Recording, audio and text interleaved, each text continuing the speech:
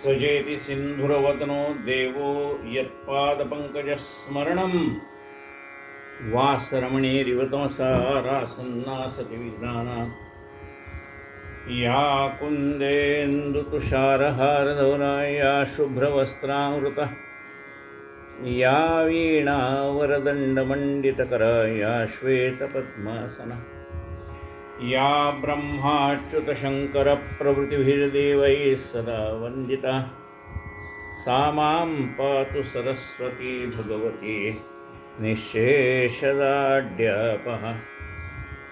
मूकं करोति वाचालं पङ्गुं लङ्घयते गिरिं यत्कृपातमहं वन्दे परमानन्दमाधवम्। नारायणं नमस्कृत्यं नरं चैव नरोत्तमं देवी सरस्वतीं व्यासं ततो जयमुदीरये।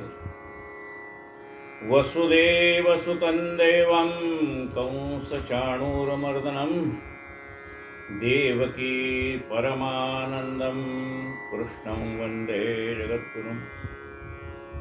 गुरुर्ब्रह्मा गुरुर्विष्णु गुरुर्देवो महेश्वरः गुरुः साक्षात् परब्रह्म तस्मै श्री गुरवे नमः। श्रोता वक्ता श्रीराम समर्थ। जय जय रघुवीर। श्री गणेशाय नमः। आपण साई सच्चरित याचं चिंतन करतो। हेमाडपंत रचित साई सच्चरित। आता आपला 48वा अध्याय सुरू आहे। श्री गणेशाय नमः। श्री सरस्वत्यै नमः। श्री गुरुभ्यो नमः। श्री कुलदेवतायै नमः। श्री सीतारामचंद्राभ्याय नमः। श्री सद्गुरु साईनाथाय नमः। आता हा अध्याय करिता सुरू। जया अत्यंत श्रवणादरो ऐसा श्रोता लागला विचारू गुरु की सद्गुरु श्री साई। अशा रीतीने ही साईबाबांची लीला श्रवण करणारा एक श्रोता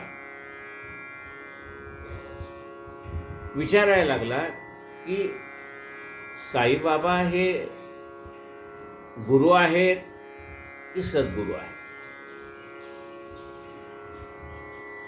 तयाच्या समाधाना कथो सद्गुरूच्या संक्षिप्त लक्षणा जेणे साई श्री साई समर्थ चरणा मिळतील खुणा सद्गुरूच्या। मग त्या श्रोत्याच्या समाधानासाठी काय श्रोत्याचा प्रश्न आहे की साईनाथ हे गुरु आहेत का सद्गुरू। मग सद्गुरूची लक्षणं काय काय असतात ते आपण पाहू आणि ती सगळी साईबाबांच्या ठिकाणी कशी आहेत ते आपल्या आपोआप लक्षात येईल। कथो सद्गुरूच्या संक्षिप्त लक्षणा जेणे श्री साई समर्थ चरणा मिळतील पुन्हा सद्गुरूच्या। जेथोनी प्राप्त वेदाध्ययन अथवा साही शास्त्रांचे ज्ञान जिही करविले वेदांत निरूपण ज्ञातेन सद्गुरु म्हणते तया। कोणी एक वायू कोंडिती तप्त मुद्रा धारण करते ब्रह्मानुवादे श्रोत्या रिजविती ज्ञातेन सद्गुरु म्हणते तया। शिष्या शास्त्रोक्त मंत्र ही देती जप कराया करावया आज्ञा करते। होईल केव्हा फलप्राप्ती विश्वासन चित्ते कोण आहे। तत्वनिरूपणाती रसाळ शब्दज्ञान आघळ पघळ स्वानुभवाचा मात्र दुष्काळ शाब्दिक पोकळ ते ज्ञान। ऐकते क्षणी निरूपण नीट उभय भोगांचा येईल वीट परी अनुभवाची चवी चोखट अनुभवी तोच प्रगटवे। असो निसंपूर्ण शब्दज्ञानी पूर्णानुभवी अपरोक्ष ज्ञानी त्याचाच अधिकार शिष्यप्रबोधने म्हणावे त्या लागुने सद्गुरु. आता सद्गुरू कुणाला म्हणायचं नाही ते आधी सांगितलंय, आणि मग सद्गुरू कुणाला म्हणावं ते पुढे सांगितलंय. सद्गुरू कुणाला म्हणता येत नाही? जेथोनी प्राप्त वेदाध्यायन. आता वेद पाठशाळेत जाऊन वेदाचं अध्ययन करता येतं, वेद मुखोद्गत करता येतात. म्हणजे वेद पाठशाळेत जाऊन वेद शिकून आला आणि ज्यांच्याकडनं वेद शिकलेत त्यांना गुरु म्हणता येईल, पण सद्गुरू म्हणता येणार नाही. जेथोनी प्राप्त वेदाध्यायन अथवा साही शास्त्रांचे ज्ञान, जिही करिले वेदांत निरूपण, ज्ञातेन सद्गुरू म्हणती दया. ज्या ठिकाणी आपण जाऊन वेद शिकू शकतो, 4 वेद, 6 शास्त्र, 18 पुराण याचं ज्ञान घेऊ शकतो, वेदांताचं निरूपण करू शकतो, हे ज्ञान ज्या ठिकाणी मिळतं ते ज्ञान देणारे जे आहेत त्यांना गुरु म्हणतात, सद्गुरू म्हणत नाही. कोणी एक वायू कोंडिती, तप्त मुद्रा धारण करते, ब्रह्मानुवादे श्रोत्या रिजवती, ज्ञातेन सद्गुरू म्हणते दया. कोणी श्वास कोंडून धरतात, कोणी तप्त मुद्रा म्हणजे तांब्याच्या मुद्रा असतात, त्या तांब्याच्या मुद्रा ह्या अग्नीमध्ये तापवतात आणि चटके देतात हाताला, म्हणजे त्या मुद्रा कायम आपल्या खुणा म्हणून राहतात आपल्या हातात. तप्त मुद्रा धारण करते, अन ब्रह्मानुवादे श्रोत्या रिजवती. ब्रह्माच्या विषयी ब्रह्म कसं आहे याचं निरूपण अत्यंत योग्य अशा शब्दात करतात की श्रोते ते ब्रह्मनिरूपण ऐकता ऐकता रंगून जातात. मग असं ब्रह्म या विषयावरती उत्तम प्रकारचं प्रवचन करणारे, कीर्तन करणारे, निरूपण करणारे ते गुरु आहेत, सद्गुरू नाही. जी कोणी एक वायू कोणती तप्तमुद्रा धारण करते, ब्रह्मानुवादे श्रोत्या रिजवती, ज्ञातेन सद्गुरू म्हणते दया. त्यांना ज्ञानी माणसं सद्गुरू म्हणत नाहीत, गुरु म्हणतात.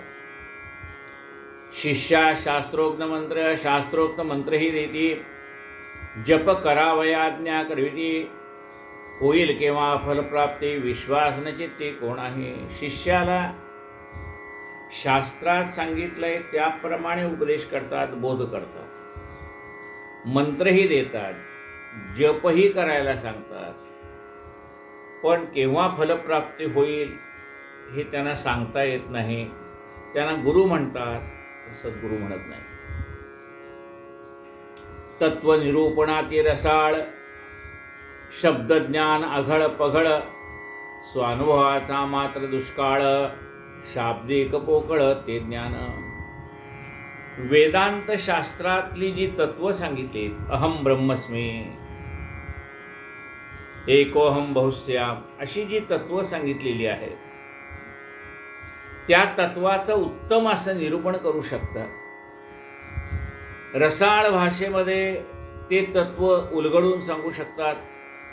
जसं हे पंचमहाभौतिक शरीर आहे, याच्यामध्ये 25 तत्व आहेत. ही सगळी तत्व जी आहेत त्या तत्वाचं किंवा तत्वज्ञानाचा रसाळ भाषेमध्ये निरूपण करू शकतात. त्यांच्याकडे शब्दचित्र तयार करण्याचं सामर्थ्य असतं. म्हणजे एखादा चित्रकार जसा चित्र काढतो तसं ते आपल्या शब्दाच्या भाषेने तो संबंध प्रसंग आपल्यासमोर उभा करू शकतात. म्हणून त्याला असं म्हटलंय की शब्दज्ञान आघळ पघळ,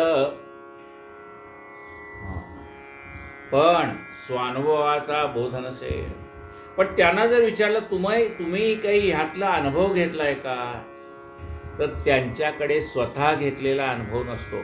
आता ज्याने स्वतःचा अनुभव घेतला नाही तो दुसऱ्याला काय अनुभव देईल. म्हणून तो गुरु आहे पण सद्गुरू नाही, कारण तो आपल्याला तत्वज्ञानाचं मार्गदर्शन करतो. तो गुरु आहे पण सद्गुरू नाही. तत्वनिरूपणाती रसाळ, शब्दज्ञान अघळ पघळ, स्वानुभवाचा मात्र दुष्काळ, शाब्दिक पोकळ ते ज्ञान. त्याला शाब्दिक ज्ञान म्हटलंय. अनुभव काही नाही, शब्दाने फक्त वर्णन करून सांगतो. ऐकते क्षणी निरूपण नीट, उभय भोगांचा येईल वीट, परी अनुभवाची चवी चोखट, अनुभव येतोच प्रगट होईल. बरं, निरूपण इतकं सुंदर करतात की असं वाटतं मना वाटते सर्व सोडून द्यावे.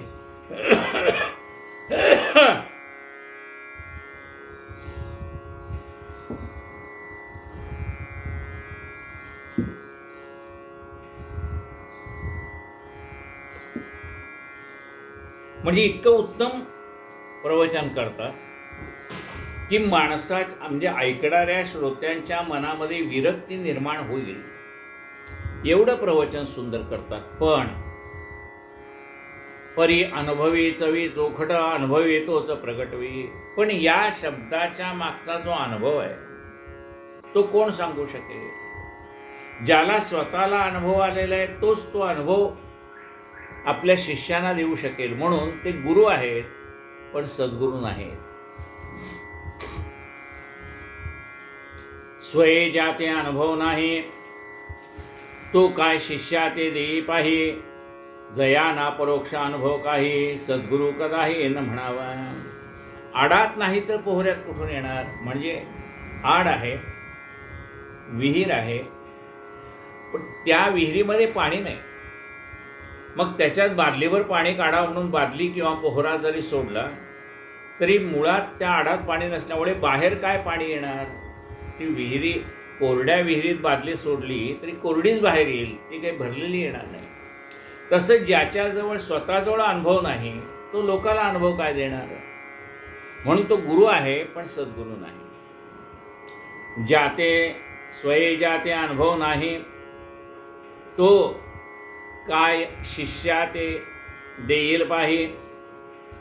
जयान अपरोक्ष अनुभव काही, सद्गुरू काही कदाही न म्हणावा. अपरोक्ष ज्ञान पाहिजे त्याला. म्हणजे परमात्म तत्वाविषयी ज्ञान पाहिजे की जे ज्ञान स्वतःही गेले आणि दुसऱ्याला दिले. जसं विवेकानंदाने रामकृष्ण परमहंसाला विचारलं होतं की तुम्ही मला देव दाखवू शकाल? तेव्हा रामकृष्ण परमहंसाने विचारलं की तू मला आत्ता जसा पाहतो तसा मी तुला देव, सगुण रूपातला देव दाखवू शकतो. म्हणजे मी पण पाहिला आणि तुलाही दाखवू शकतो. इतकं ज्याच्याकडे अनुभवाचं ज्ञान आहे तोच दाखवू शकेल ना.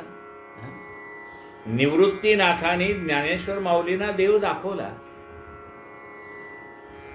आणि मग ज्ञानेश्वर महाराजांनी मी देव पाहिलाय म्हणून जगाला सांगितलं. कुणाच्या? माझ्या गुरुनी मला एवढं ज्ञान दिलंय की ज्यामुळे मी देव पाहू शकतो. देखिला देखिला देवाचा मी देव,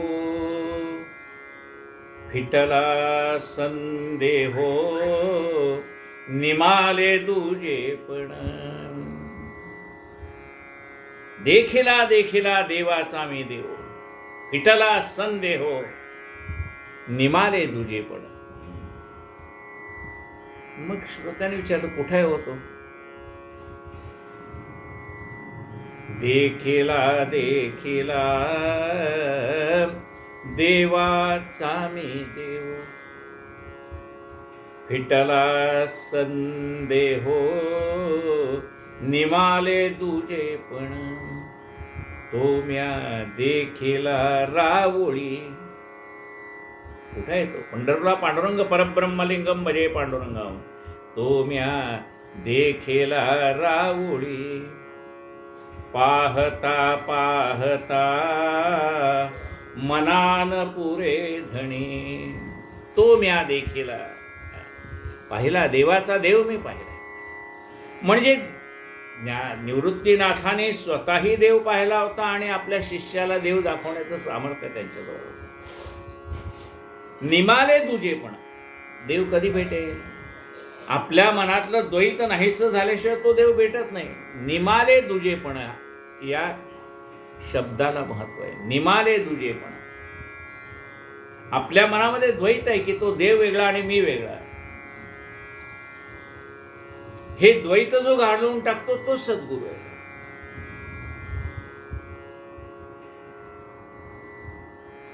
पहा आता सद्गुरूची व्याख्या ऐकूयात आपण काय म्हणतात. हेमाडपंत आपल्याला सद्गुरूची व्याख्या सांगताय, बघूया. शिष्यापासून घ्यावी सेवा, स्वप्नीहीन धरी ऐस्या भावा, उलट शिष्यार्थ दे निज देह लागावा, इच्छितो जाणा सद्गुरू. खरा सद्गुरू कोण? जो शिष्याकडनं आपली सेवा करून घेत नाही, पण शिष्यासाठी आपला देह शिजवतो, तो सद्गुरू. शिष्यापासून घ्यावी सेवा, स्वप्नीहीन धरी ऐस्या भावा, उलट शिष्यार्थ निज देह लागावा, इच्छितो जाणा सद्गुरू. शिष्य म्हणजे किम पदार्थ, गुरु काय तो श्रेष्ठाश्रेष्ठ, ऐस्या अहंभावा विरहित, तोचे सद्गुरू हितकारी. शिष्य म्हणजे काय? अज्ञानी जीव आहे आणि मी ज्ञानाचा मेरुमणी आहे असं ज्याला वाटतं तो सद्गुरू नाही. तो शिष्याला किंपदार्थ समजतच नाही. म्हणजे किंपदार्थ म्हणजे ज्याला काही किंमत नाही असं शिष्याला समजत नाही. का समजत नाही? जे जे भेटे भूत ते ते मानिजे भगवंत. त्या अज्ञानी जीवाला सुद्धा तो त्यातला परमात्मा पाहत असल्यामुळे तो त्याला कपदार्थ मानत नाही. तो म्हणतो तू आणि हा मी एकच आहे, फक्त त्याच्यावरती आवरण चढलेलं आहे, तेवढं मला बाजूला करायचं आहे. आतमध्ये देव आहेच की त्याच्या, पण त्याला कळत नाही. मग तेवढं जे अज्ञानाचं आवरण आहे तेवढं सद्गुरू दूर करतात. त्याला काय देव बाहेरनं आणायचं नाही, तुमच्याजवळ असलेले देव तुम्हाला दाखवून द्यायचं. तुमच्यामध्ये काय तो बाहेरचा देव आणून भरवत नाही. सद्गुरू काही तुमच्यामध्ये म्हणजे शिष्यामध्ये बाहेरचा देव आणून भरवलाय सद्गुरूने असं नाही. सद्गुरू तुमच्यामध्ये असलेलाच देव तुम्हाला अज्ञानामुळे दिसत नाही. जसं पाण्यावरती शेवाळ आलं की आतलं पाणी दिसत नाही, तसं तुमच्या जवळ असलेला देव अज्ञानामुळे तुम्हाला दिसत नाही. किंबहुना तुम्हीच देव आहेत हेही तुम्हाला कळत नाही. तुम्हाला आत्मस्वरूपाचं जे विस्मरण झालेलं आहे, सद्गुरू फक्त तुम्हाला आत्मस्वरूपाची जाणीव करून देतो, काही बाहेरचं आणत नाही. सगळं तुमच्याजवळच आहे ना, आणायचंय काय बाहेर? शिष्य म्हणजे किम पदार्थ, गुरु काय तो श्रेष्ठाश्रेष्ठ, ऐसे अहंभावा विरेत, तोचे सद्गुरू हितकारी. शिष्य तोही पूर्ण ब्रह्म, तया ठाई पुत्र प्रेम, इच्छीन त्या पासा योगक्षेम, सद्गुरू तो परमश्रेष्ठ जगे. तो शिष्यामध्ये सुद्धा पूर्ण ब्रह्मच पाहत असतो. त्याला तो आपल्या मुलासारखं सांभाळतो. शिष्याला सद्गुरू आपल्या मुलासारखं सांभाळतो. जसं आई वडील आपल्या मुलाचा योगक्षेम कसा चालेल याची काळजी घेतो की नाही, आई वडील घेतात की नाही आपल्या मुलाची काळजी. या मुलाला शिकवलं पाहिजे, याला चांगला उद्योगधंदा करता आला पाहिजे, ह्याला त्याप्रमाणे ते तयार करतात आपल्या मुलाला. मग नोकरीसाठी तयार करतील, उद्योगधंद्यासाठी तयार करतील, किंवा काही स्वतःच्या बुद्धीने नवीन एखादा उद्योग चालू करण्याच्या दृष्टीने तयार करतील. म्हणजे आपल्या मुलाचा योगक्षेम कसा चालावा यासाठी आई वडील आपल्या मुलाला तयार करत असतात. तसं सद्गुरू आपल्या शिष्यांना तयार करतात. काय? आत्मस्वरूप पाहण्यासाठी. शिष्य तोही पूर्ण ब्रह्म, तया पाठी पुत्र प्रेम, इच्छीन त्या पासा योगक्षेम, सद्गुरू तो परमश्रेष्ठ जगे. आपला योगक्षेम आपल्या शिष्यांनी चालवावा असं सद्गुरूला कधी वाटत नाही. त्याचा एक हा जो आपला योगक्षेम चालवत होते त्याचा योगक्षेम चालवायला तो समर्थ नाही का? जो आपल्या शिष्याचा योगक्षेम चालवतो त्याला शिष्याकडे योगक्षेम चालवण्याची काय आवश्यकता आहे? जो शिष्याला सर्वस्व द्यायला तयार आहे त्याला शिष्याकडनं कशाची अपेक्षा असणार आहे? शिष्य तोही पूर्ण ब्रह्म, तया ठाई पुत्र प्रेम, इच्छीन त्या पासा योगक्षेम, सद्गुरू तो परमश्रेष्ठ जगे. परम शांतीचे जे निधान, विद्वत्तेचा न जेथे अभिमान, स्थान थोर समसमान, तेच सद्गुरु स्थान जाणावे. सद्गुरु कोणाला म्हणायचं आहे? जिथे शांती विश्रांतीला आली आहे, जिथे शांती विश्रांतीला आली आहे, तो सद्गुरु. आपल्या घरात भांडणं झाली तर ती शांती निघून जाईल ना घरातनं. मग आपल्या घरातनं निघून गेलेली शांती कुठं जाईल? तर म्हणेल मी सद्गुरूच्या जवळ जाऊन बसते बाबा, इथं कटकट नको, मी तिथं सद्गुरू जवळ बसते. म्हणजे ती शांती कुठं जवळ जाईल? जिथं कटकटी आहे तिथं शांती राहील का? तिथं नाही राहणार. मग ती जाईल कुठे? सद्गुरूच्या जवळ जाईल. म्हणजे शांती हे सद्गुरूचं परमधाम आहे. सद्गुरूच्या जवळ शांती आहे. परम शांतीचे जे निधान, सर्व प्रकारची शांती त्याच्याजवळ आहे. विद्वत्तेचा न जेथे अभिमान, सद्गुरू विद्वान आहे पण त्यांना आपल्या विद्वत्तेचा अभिमान नाही. विद्वत्तेचा न जेथे अभिमान, स्थान थोर समसमान, तेची सद्गुरु स्थान जाणावे. लहान असो का मोठा असो, सद्गुरूच्या दृष्टीने सगळे सारखे. गरीब असो का श्रीमंत असो, उच्च जातीतला असो का आणखीन कुठल्या जातीतला असो, सद्गुरूच्या दरबारात हा भेदभावच नाही. ज्ञानी अज्ञानी सारखा, उच्च नीच सारखा, त्याला कुठल्याही प्रकारचा भेद सद्गुरूच्या मनामध्ये नसतो. हा ज्ञानी आहे का अज्ञानी आहे, हा श्रीमंत आहे का गरीब आहे, हा विद्वान आहे का मूर्ख आहे, सद्गुरूच्या दरबारामध्ये असा दुजाभाव नसतो.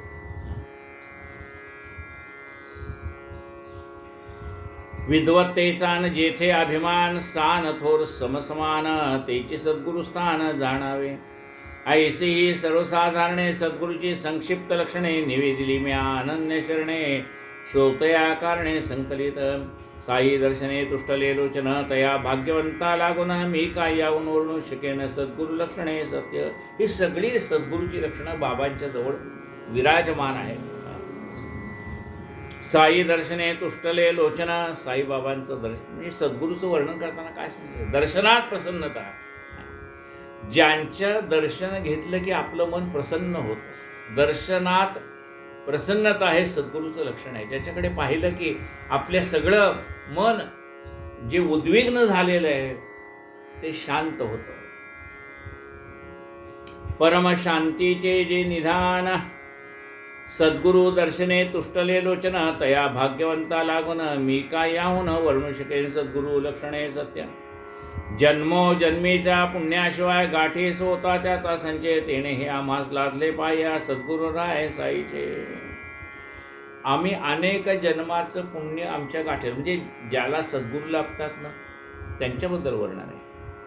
काय वर्णन आहे? की त्या शिष्याचं जन्मोजन्मीचं पुण्य फळाला आलं, भाग्याचा उदय ते हे सद्गुरूचे पाय. आपला भाग्याचा उदय झाला की आपल्याला सद्गुरू भेटतात.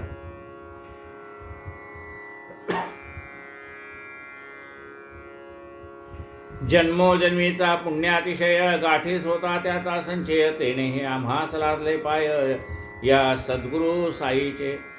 पूर्ण तारुण्य अपरिग्रह, निराधारणा व्यसनाग्रह, तमाकू चिलीम हा काय तो संग्रह, मनोनिग्रह भयंकर. पूर्ण तारुण्यावस्था असतानाही ज्याच्या मनामध्ये विषयाने स्पर्श केला नाही. बरं, तारुण्यात सुद्धा ज्याने अपरिग्रह केला, कोणाकडून कशाची अपेक्षा केली नाही, कशाचा संग्रह केला नाही, ना लग्न केलं, ना घर, ना प्रपंच, ना काय. तंबाखू आणि चिलीम हाच काय तो थोडासा त्यांच्याजवळचा संग्रह होता,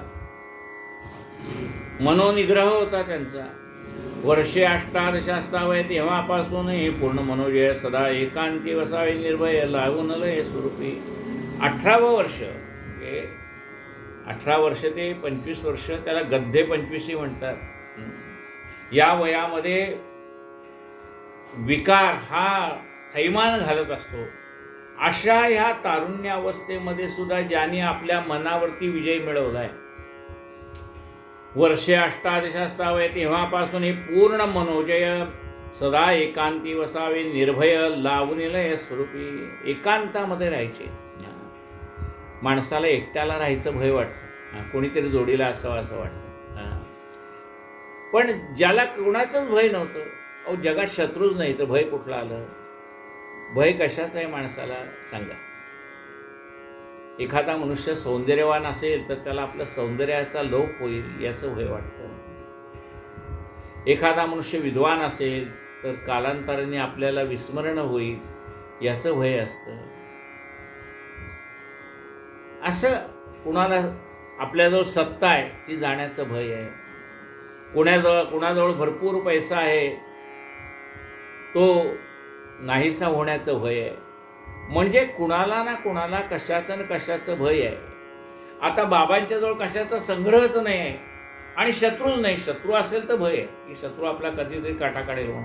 पण ज्याला शत्रूच नाही, जेथे जातो तेथे माझी भावंडे आहेत असा ज्याचा विचार आहे त्याला भय कशाचा आहे.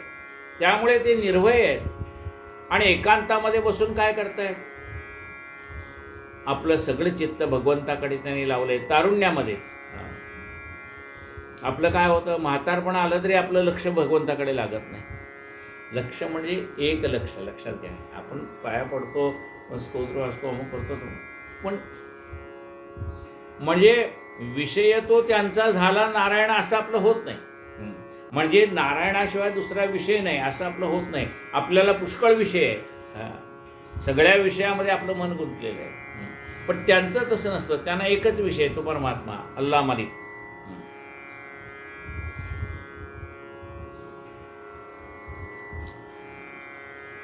पाहोनी भक्ताची आवडी शुद्ध भक्त पराधीन मी हे उब्रीद भक्तवृंदा दावा वया विशद भक्त प्रेमास्पद वर्ते तो. बाबांचं कसं होतं, भक्त पराधीन मी, भक्तांच्या मी अधीन आहे असं बाबा म्हणायचे. भक्तांच्या प्रेमाने बघा, परमात्मा असा बांधला जात नाही कशानेच, फक्त तो प्रेमाने बांधला जातो. धरीला पंढरीचा चोर, जनाबाई काय म्हणते, धरीला पंढरीचा चोर प्रेमे बांधोनिया दोर. प्रेमे बांधोनिया दोर, मी त्याला प्रेमरूपी धाग्याने बांधलाय. हा कशाने बांधला जात नाही, फक्त प्रेमाने बांधला जातो. मग तो भक्त पराधीन होतो, प्रेमे बांधलेला. सूरदास होते, त्यांना डोळ्याला दिसत नव्हतं, पण एक तारेवरती ज्यावेळेला ते गीत म्हणायचे,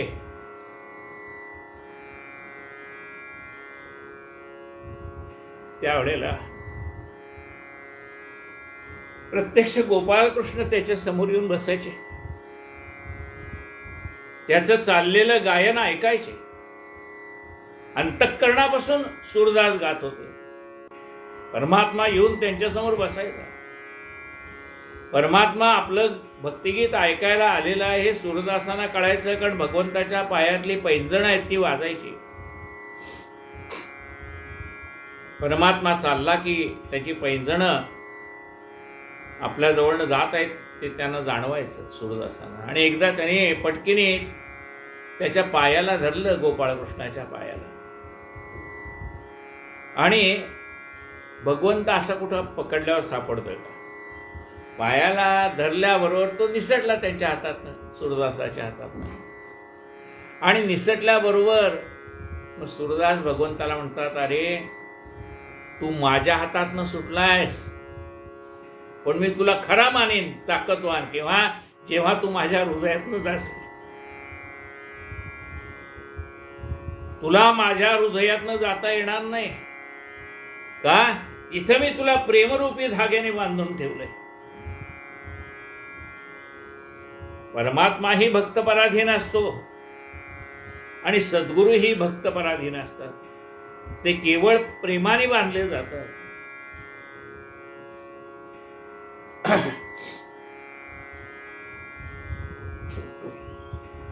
पाहोनी भक्तांची आवडी शुद्ध भक्त पराधीन मी हे ब्रीद भक्तवृंदा दावाव्या विशद भक्त प्रेमास्पद वर्ते.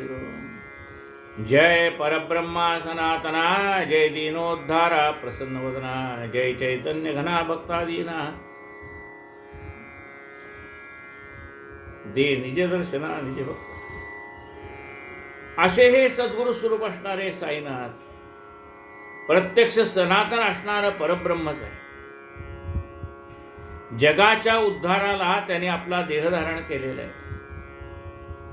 हे चैतन्यघन आहेत, भक्तपराधीन आहेत. तर हेमाडपंत म्हणतात, साईनाथा मला दर्शन दे. जय चैतन्यघना भक्तादीना दे निज दर्शना निज भक्ता. जय जय आजी द्वंद्वातीता, जय जय आजी अव्यक्त व्यक्ता.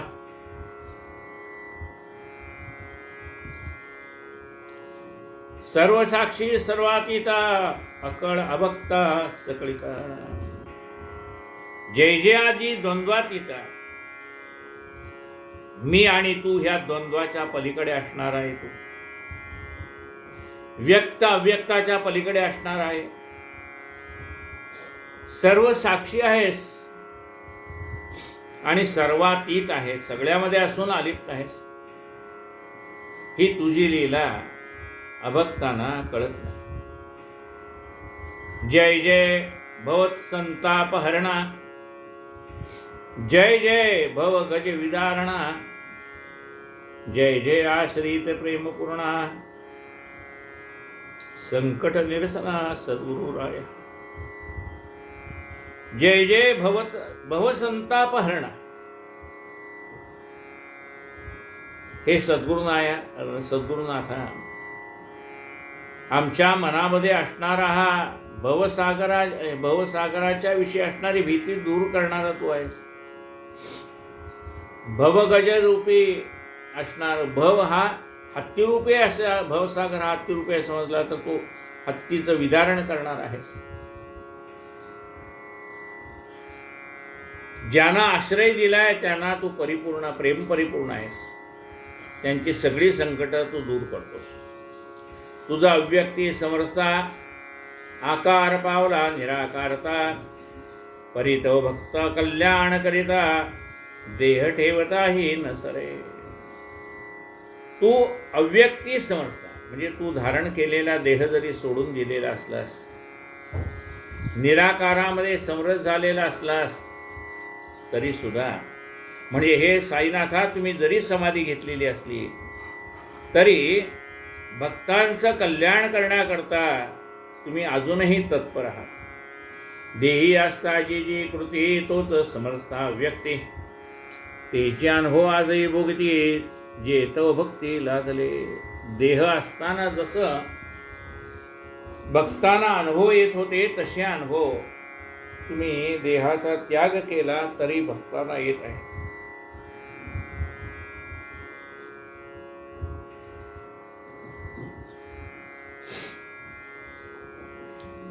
त्वामज पामरा निमित्त करुणी, निरसावया विद्यारचने.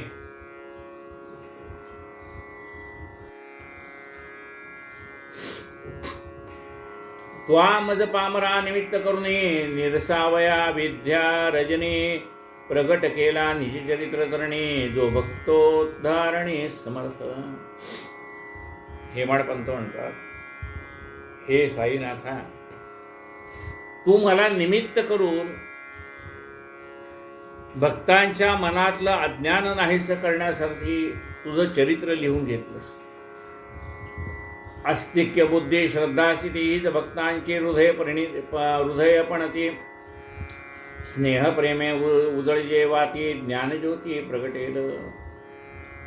अस्तिक्य बुद्धी म्हणजे परमात्मा आहे अशी ज्याची बुद्धी आहे. आस्तिक्य बुद्धी श्रद्धा स्थिती, ज्याची श्रद्धा आहे की परमेश्वर आहे आणि तो संकटकाळी धावून येतो.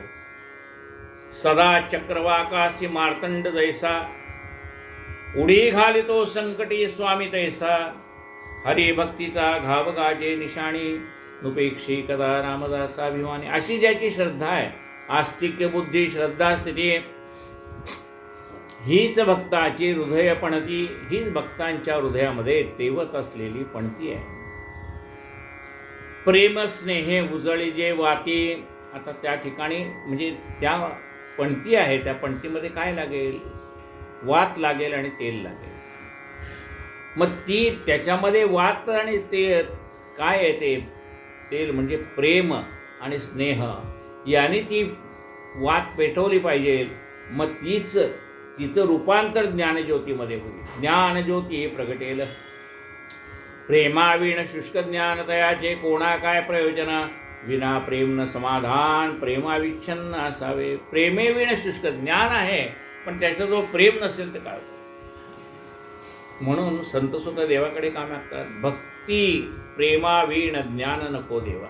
शुष्क ज्ञान काय कामाचं आहे, ते भक्ती आणि प्रेमाने युक्त असलेलं ज्ञान पाहिजे. प्रेमाविण शुष्क ज्ञान तयाचे कोणा काय प्रयोजन, विना प्रेमन समाधान प्रेमाविच्छन्न असावे. प्रेमाशिवाय समाधान नाही, मग ते प्रपंचात असो का परमार्थात असो.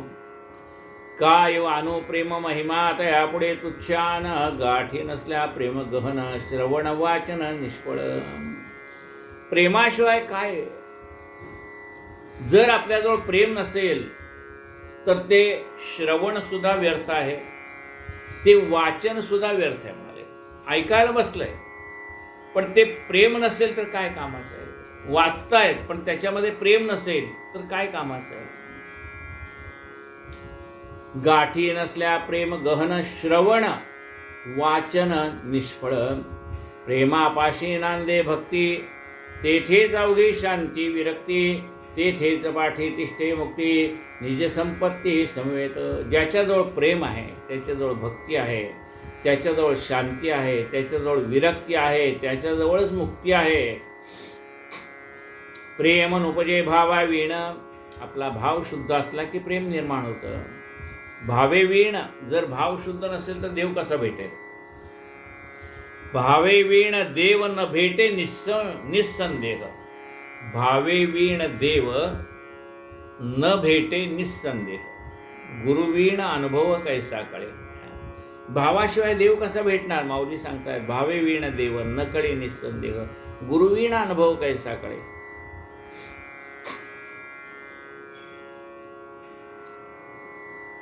प्रेम अनुपजे भावावीण, भाव तेथे देव जाण. जिथे भाव आहे तिथं देव आहे. भाव तेथे देव जाण, भावापोटी प्रेमपूर्ण. भावच कारण भवतरण. आपल्या मनातला शुद्ध भावच आपल्याला तारून नेईल. गंगोदका सम पवित्र परम गोड साई चरित्र. तेणीची त्यांचे सजवले स्तोत्र, निमित्त मात्र हे माड. श्रवण करिता साई सच्चरित, श्रोते वक्ते नित्यपूत. पुण्य पापुण्याचा होई घात, नित्यमुक्त दोघे. भाग्ये आगळे ऐकता श्रोत्र, भाग्ये आगळे वक्त्याचे वक्त. धन्य हे साई स्तोत्र, अतिपवित्र निजवक्त.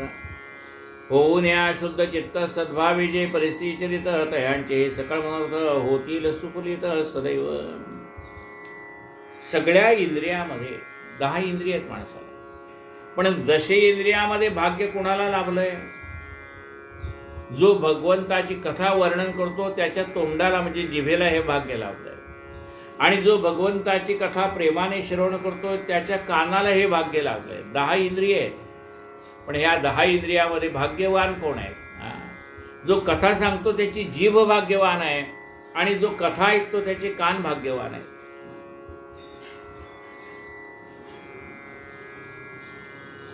भाग्ये आगळे ऐकता श्रोत्र, भाग्ये आगळे वक्त्याचे वक्त. धन्य हे श्री साई स्तोत्र, अतिपवित्र निजवक्ता. ऐकणाऱ्यांचे कान आणि बोलणाऱ्यांचं मुख पवित्र आहे. होण्या शुद्ध चित्त सद्भावी जे परिस्थिती चरित. तयाचे ते सकळ मनोरथ होतील सुफलित सदैव. जे शुद्ध चित्ताने कथा श्रवण करतात त्यांचे सर्व मनोरथ साईबाबा पूर्ण करतात. परमभावार्थे पर्यादरीसी ऐकती या सच्चरितासे. निज पद भक्ती अनायसे लाभे तयासे अवलिंबे.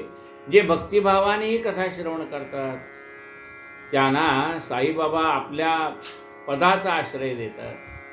भक्तिभावे साई चरण सेविता करता. साई स्मरण होईना येथे चेंद्रिया चरण.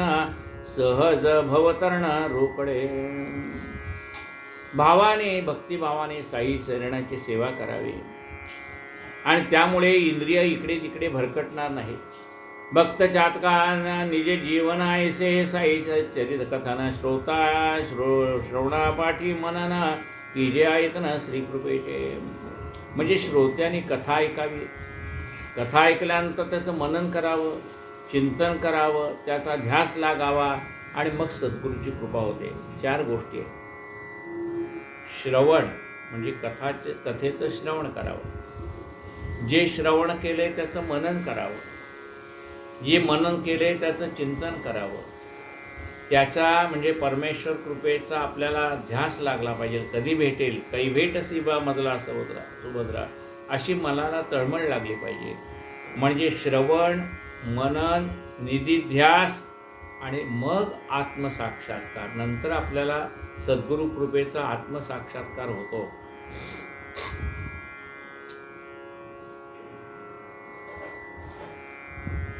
सर्वावस्थे सावधानो निश्रोती केली श्रवण, सहज होय भोतरण कर्मबंधन तुटून. असो मनी म्हणतील श्रोते, केव्हा हो आरंभ होणार कथे ते. दविडतो त्यांच्या स्वस्थते ते, प्रस्तावने ते करून. श्रोत्यांना असं वाटेल की हेमाडपंत आता कथा सांगायला कधी सुरुवात करणार. पूर्वाध्यायी झाले कथन, वैरहत्या आणि ऋण ही फेडाव्या. पुनर्जन्म येई निज कर्म भोगावया. गेल्या जन्मात आपण गेल्या अध्यायात पाहिलं की वैर, हत्या आणि ऋण ते माणसाला चुकत नाही, पुढच्या जन्मी ते भोगावंच लागतं. तयासना हे पूर्वस्मरण पर्या, संता कदा न विस्मरण करती. निजभक्त संकट निवारण असे ना जनन कोठे. आपल्याला जरी पुढच्या जन्माला गेल्यानंतर या जन्मातलं काही आठवणार नसेल, पण या जन्मामध्ये जर आपल्याला सद्गुरू कृपा झालेली असेल तर कोणत्याही जन्मात म्हणजे कोणताही देह आपल्या कर्माने आपल्याला मिळालेला असला तरी त्या ठिकाणी सद्गुरू आपलं रक्षण करत असतात. कारण सद्गुरूंना आपल्या सेवेची आठवण असते. तैसी ताता दुसरी कथा, देता घेता बसता उठता संता, पायी विश्वास ठेवता पावते सफलता निजभक्त. कर्मारंभ करू दाता आदी हरिगुरु चरण स्मरता, तोची निवारते निजभक्त चिंता. कर्मी निज दक्षिणा ठेवल्या. कर्मारंभी म्हणजे कोणतंही कर्माचा आरंभ करताना आणि कर्माचा शेवट करताना देवाचं नाव घ्यावं. कर्माचा आरंभ करताना आणि कर्माचा शेवट करताना. बघा, आपण एखादं कर्म करतो ना तर आचमन करायला सांगतात, ओम केशवाय नमः, ओम नारायणाय नमः, ओम माधवाय नमः, ओम गोविंदाय नमः. म्हणजे कर्माच्या आरंभी देवाचं नाव आणि कर्म संपल्यानंतर सुद्धा देवाचं नाव पुन्हा सांगतात. कर्मांते द्विराजमेत, ओम केशवाय नमः, ओम नारायणाय नमः, ओम माधवाय नमः, ओम गोविंदाय नमः. विष्णू स्मरणात सर्व कर्म परिपूर्णता असतो. आणि शेवटी काय म्हणतात की या मी केलेल्या कर्मामध्ये काही कमतरता राहिली असेल, त्या विष्णूचं स्मरण केल्यामुळे ही कमतरता भरून निघावी अशी मी विष्णूला प्रार्थना करतोय की देवा ह्यात काही कमी जास्त राहिलं असलं तर ते तू पूर्ण करून घे. म्हणून पुन्हा देवाचंच नाव आहे. म्हणजे कर्माच्या आरंभी आणि कर्माच्या शेवटी देवाचंच नाव आहे.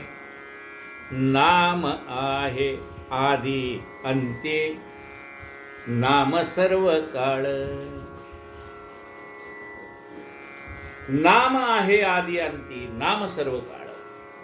आहे बुड त्याला जीवनी नौका.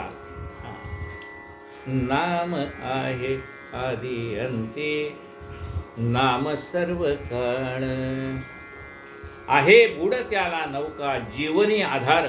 नामच आहे, आधी आणि अंतिम नामच आहे. कर्माच्या आरंभी आणि कर्माच्या शेवटी देवाचं नाव. कर्मारंभ करू जाता आधी श्री. पहिल्यांदा कर्माच्या आरंभी काय? श्री गणेशाय नमः. कर्माच्या आरंभी देवाचंच नाव. कर्मारंभ करू जाता आधी हरी गुरु चरण स्मरता, तेची निवारती भक्तचिंता. कर्मी निज दक्षिणा ठेवल्या. कर्माच्या आरंभी आपल्या गुरुचं स्मरण करावं. तेच भक्तांच्या सर्व संकटाचं निरसन करतात.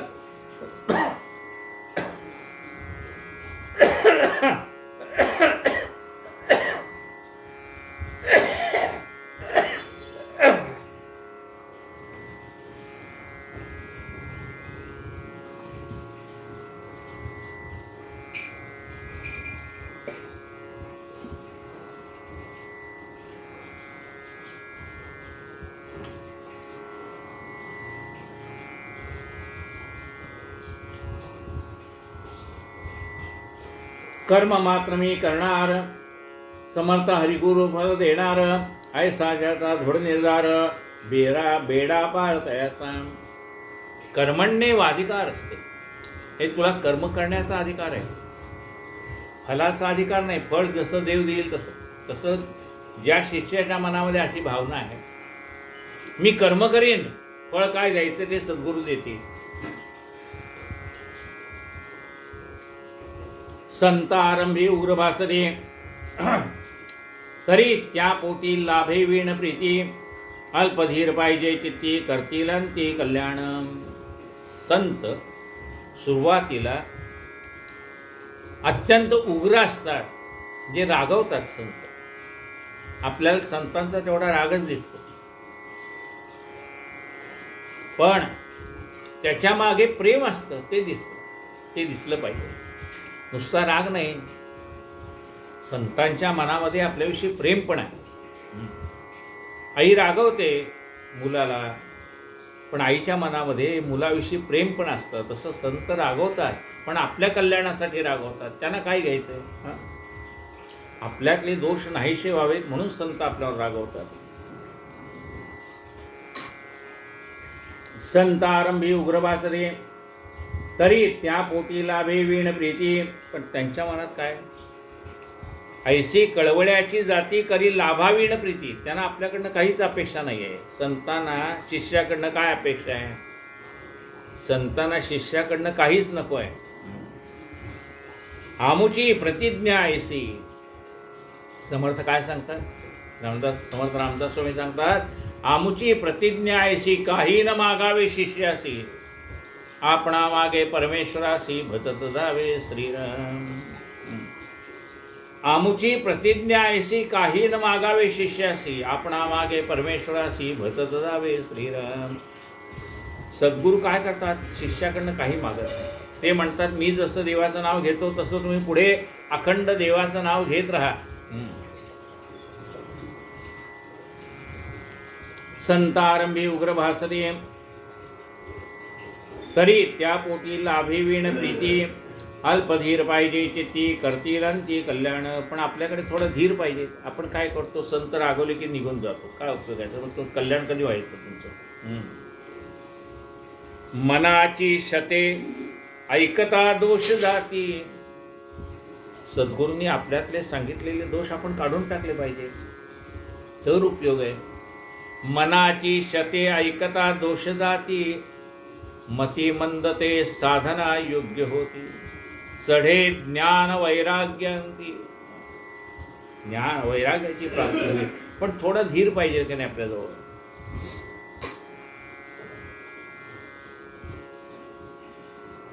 अल्पधीर पाहिजे की ते करतील अंती कल्याण. सद्गुरू आपलं कल्याण करतील, याच्यामध्ये काही संशय नाही. शाप ताप संस्कृती माया सत्संग बळा. सत्संगाची पडता छाया ठाई जातील विलया. म्हणून त्या पाया निवटावे. आता काय होतं? कुणाचा तळतळाट, कुणाचा शाप आपल्याला लागलेला असतो. आपल्याला जसं नाही, आपल्या पिढीमध्ये कोणीतरी कुणाला त्रास दिलेला असला तर ते शाप देतात त्या माणसाला. तुझ्या 7 पिढ्याचा कल्याण होईल, तुझं अमुक होईल, तसं होईल. आता ह्या शाप कुणाचा आहे?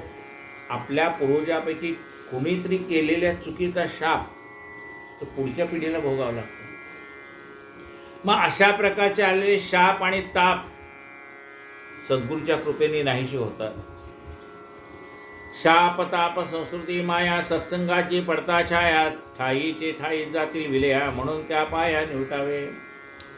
सविनयाने अनुद्धत होनी संता शरणागत प्रार्थावे. त्या निजगुज हित देतील स्वस्त चित्त स्वास्थाते. सद्गुरूला शरण जायचं. कसं जायचंय? सविनय. अत्यंत नम्रतापूर्वक सद्गुरूला शरण जावं. उद्धटपणाने वागू नये. सद्गुरूंच्या पुढे नम्रभाव पाहिजे. आपलं कल्याण कसं होईल असं सद्गुरूंना विचारावं.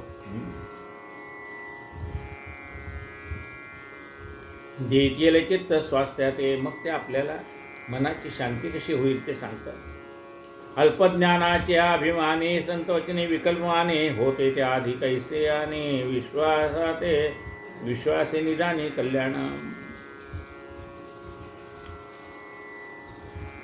आपल्याजवळ थोडंफार ज्ञान असतं, आणि त्या ज्ञानामुळे आपण सद्गुरूला कमी लेखायला लागतो, त्यामुळे आपलंच नुकसान होतं.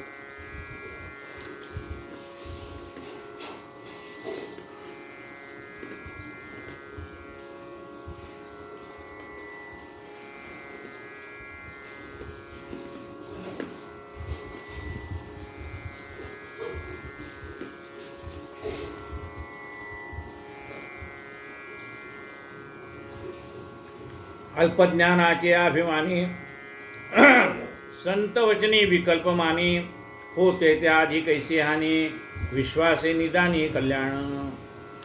अल्पज्ञानामुळे आपल्याला अभिमान चढतो, संतांनी सांगितलेल्या वचनावर आपला विश्वास बसत नाही, त्यामुळे आपलं नुकसान होतं. पण जर श्रद्धा ठेवली तर आपलं कल्याण होतं. शुद्ध मने वा कपटे सर्वदा, खऱ्या संतांचे चरण धरता, अंती पावे तो निर्मुक्तता. अगाध योग्यता संतांची. शुद्ध मनाने जा, किंवा मनामध्ये काही विकल्प असेल तरी संतांना शरण गेल्यानंतर मात्र संतांचं काय काम आहे, आपल्याला जो शरण आलेला आहे, शुद्ध मनाने येऊ का कपट मनाने येऊ, भगवंत त्याचं कल्याणच करणार, संत त्याचं कल्याणच करणार.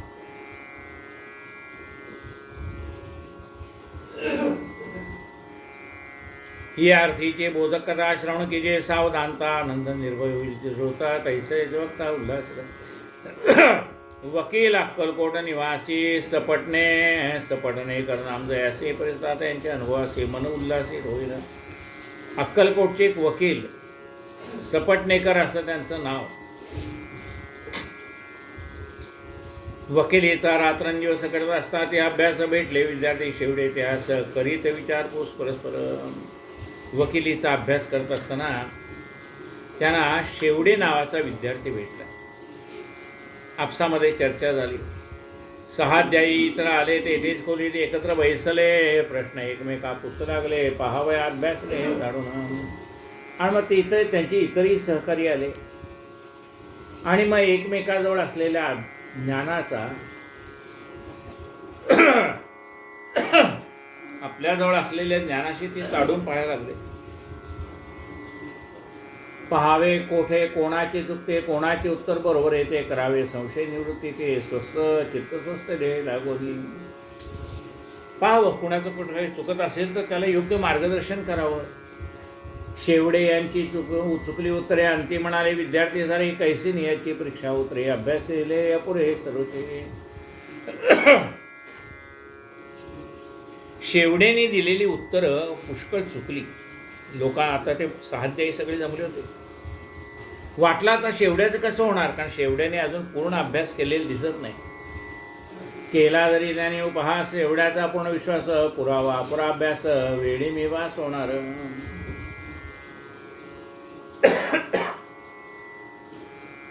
जरी त्यांच्या सहकार्याने शेवडेचा उपहास केलेला असला तरी शेवडेच्या मनामध्ये श्रद्धा आहे की मी पास होईल.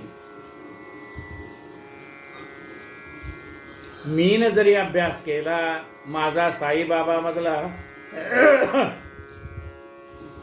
पास करावया आहे वैसला, करू मी कशाला काळजी.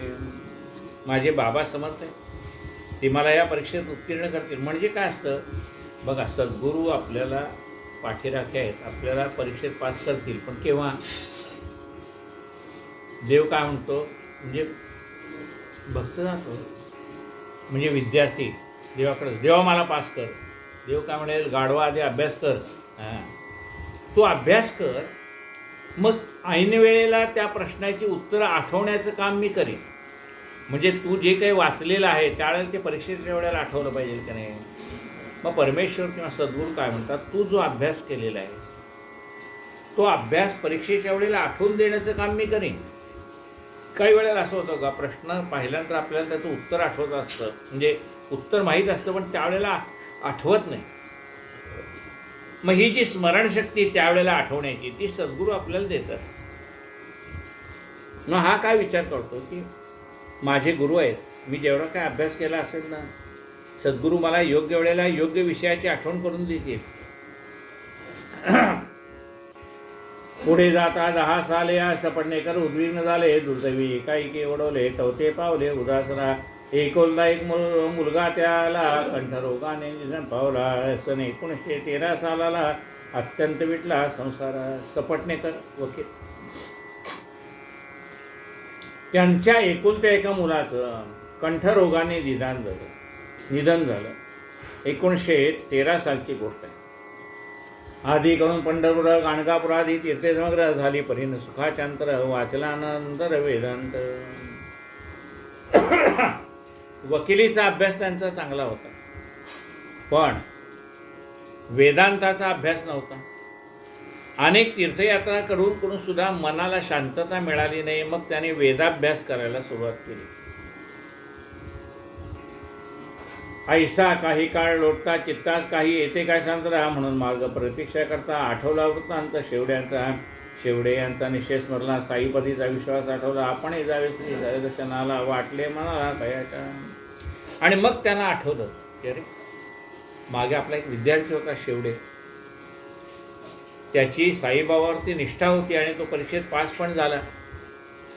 आपण एकदा साईबाबांच्या दर्शनाला जावं असं सपटणेकरांना वाटलं. संत दर्शनी धरला येत. सन 1913 सालात शिर्डीत जाण्याचा झाला बेत. निघाले समेत बंधूच्या. निमित्त शेवडे यांचे स्मरण वंदावे आपले चरण. साईस तया करती पाचरण ते सावचित्त श्रवण करा.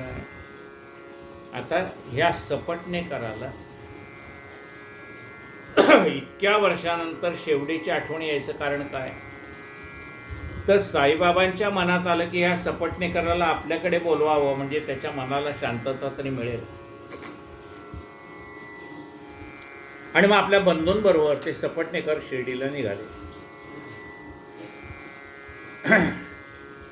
पंडितराव कनिष्ठ सहोदर तया घेऊन याबरोबर संत दर्शनात सपटणेकर निघाले. सपरिवार शिर्डीसह आपले धाकटे बंधू पंडितराव यांनाही त्यांनी बरोबर घेतलेले आहे. असो ते दोघे तेथे आले. असे येता श्रीच्या दर्शना निघाले. दुरून बाबांचे दर्शन झाले. अत्यंत झाले चित्तात. दुरून परीती डोळे भेट होताय. सत्वर गेले निकट. दोघे जोडून कर संपुट. समोर पृष्ठ बाबांचे. दोघेही गेले. बाबांना नमस्कार केला. बाबांची त्यांच्यावर दृष्टी गेली. दोघे येते आते विनीत. बाबासमोर लोटांगण येत. श्रीफल श्री साई चरणी समर्पित. शुद्ध भावान्वित प्रेमा. श्रीफल अर्पित. सपटणेकर समर्थांच्या चरणावर चलट शब्दे बाबा धिक्कार करीत सपटणेकर यांचा. बाबांच्या पाया पडल्यावर बाबाने चलट असं म्हटलं. त्याचा धिक्कार केला सपटणेकराचा. सपटणेकर चिंताग्रस्त. बाबा व्हावे का संतप्त मनी म्हणती. बाबांचे परिचित पाहून त्या इंगित पुसावे. सपटणेकर म्हणाले बाबाने माझ्यावर रागवावं असं मी तर काही केलं नाही. मी तर त्यांच्या दर्शनाला आलो आणि तरी बाबा माझ्यावर आहेत गलाट असं म्हणले.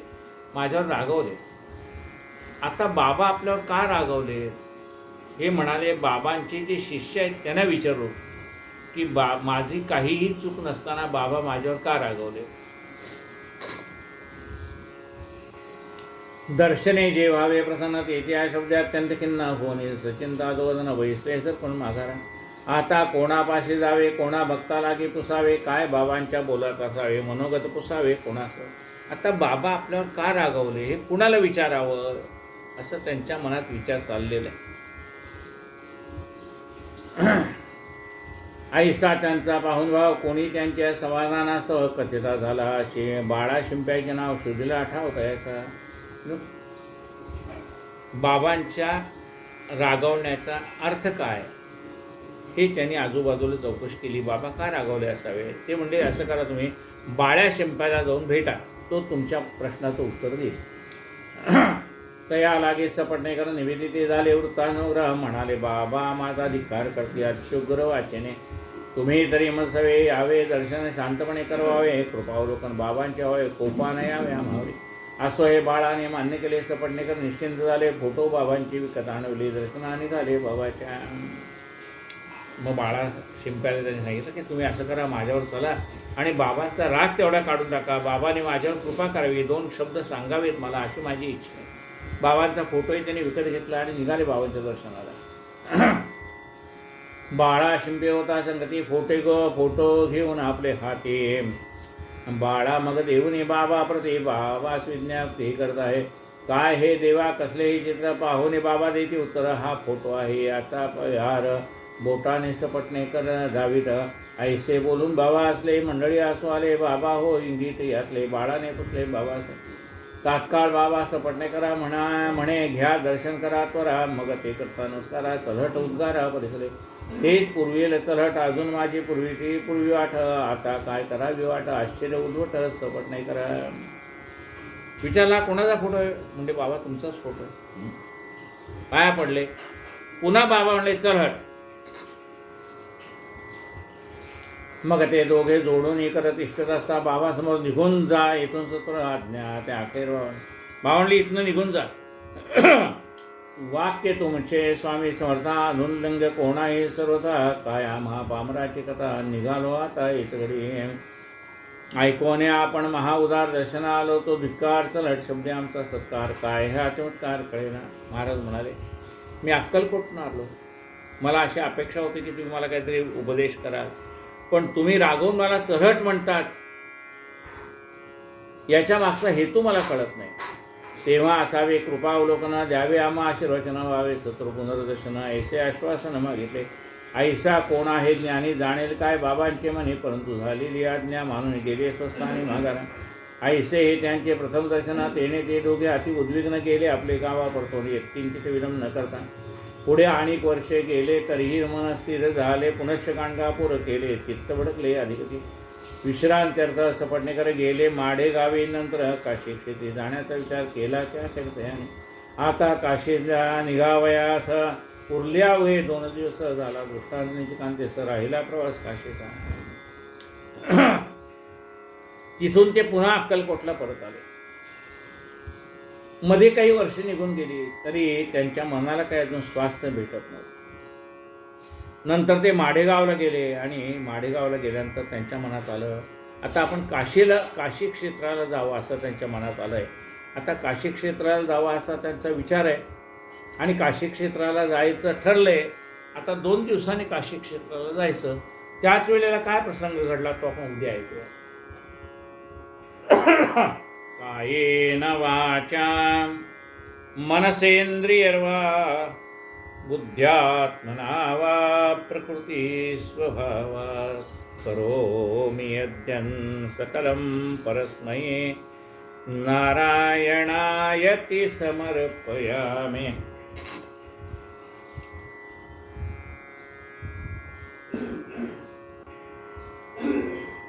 अच्युतं केशवं रामनारायणं कृष्णदामोदरं वासुदेवं हरे श्रीधरं माधवं गोपिकावल्लभं जानकीनायकं रामचन्द्रं भजे हरे राम राम राम हरे हरे हरे हरे कृष्ण कृष्ण कृष्ण हरे हरे हरे राम राम हरे हरे हरे हरे कृष्ण कृष्ण कृष्ण हरे हरे साईनाथ महाराज की जय